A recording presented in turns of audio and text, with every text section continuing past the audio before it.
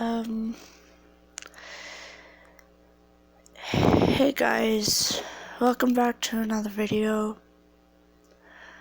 This one is more of an important video to me. You'll see what it's about.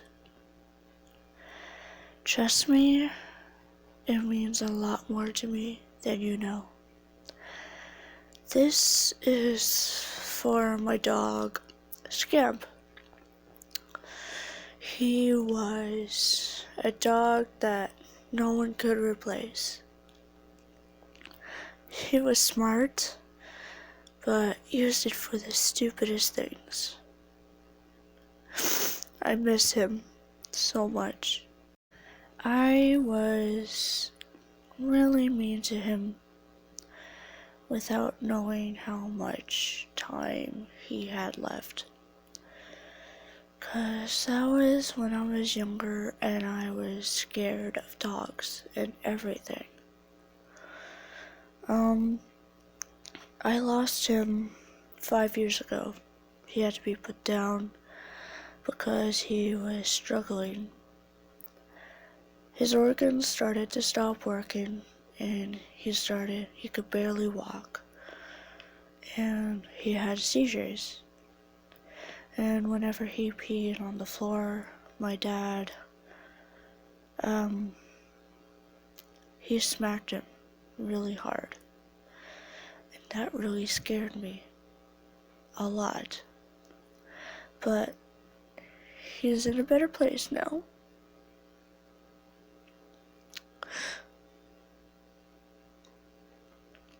And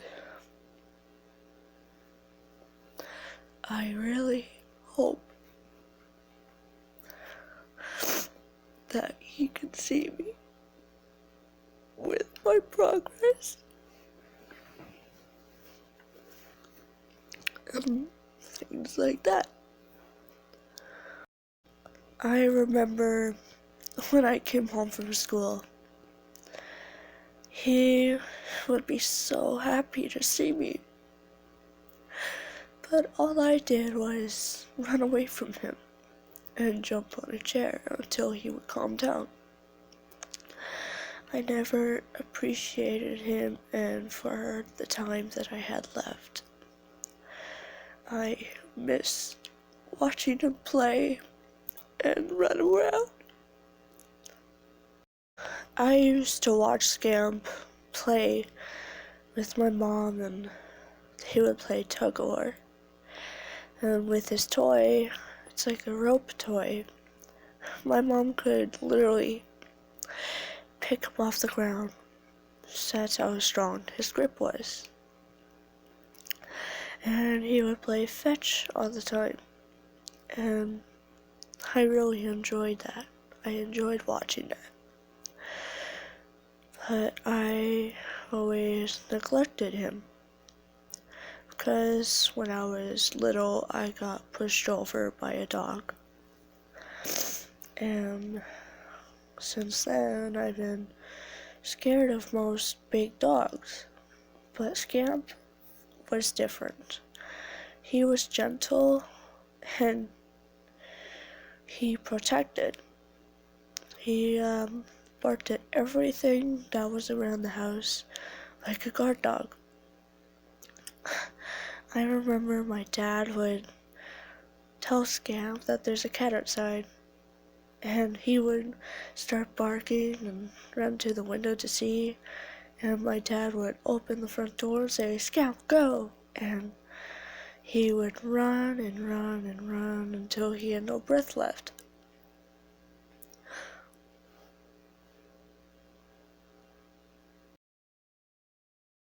I never paid attention to him until his final days came up. I was so absorbed into myself that I didn't want to take care of my dog. He has been alive for 15 years. We wanted him for one more summer, but that couldn't happen. He was struggling and suffering too much for me and my family to handle. So my mom had a box with a blanket that she loved, and she went to the vet and she put him down. This really hurt me a lot, cause he's the only dog that I've grown up with since I was a baby. And I paid no attention to him. I neglected him. I never played with him. Nothing. All I did was ignore him. Just like any other kid would want to play with the dog. But I was different. I never spent time with him like I should have, and I regret everything I've done to him. I used to taunt him, and I used to make fun of him, and I was always being given trouble for teasing him all the time. I didn't know how to interact with a pet, so I've never known how. It's always been my mom taking care of him. He was a miniature poodle. It's the best dog that I have seen, and I really miss having the feel of petting an animal. But in his days, he was breathing heavily, and it was just getting worse day by day. When I first saw him having a seizure, I laughed, but it scared me at the same time because I've never seen something like that before. He was on my parents' bed in their bedroom, and he was shaking around and he was bouncing all around, and I got freaked out, but I found it funny at the same time. And at the last second that the seizure lasted, he fell off the bed.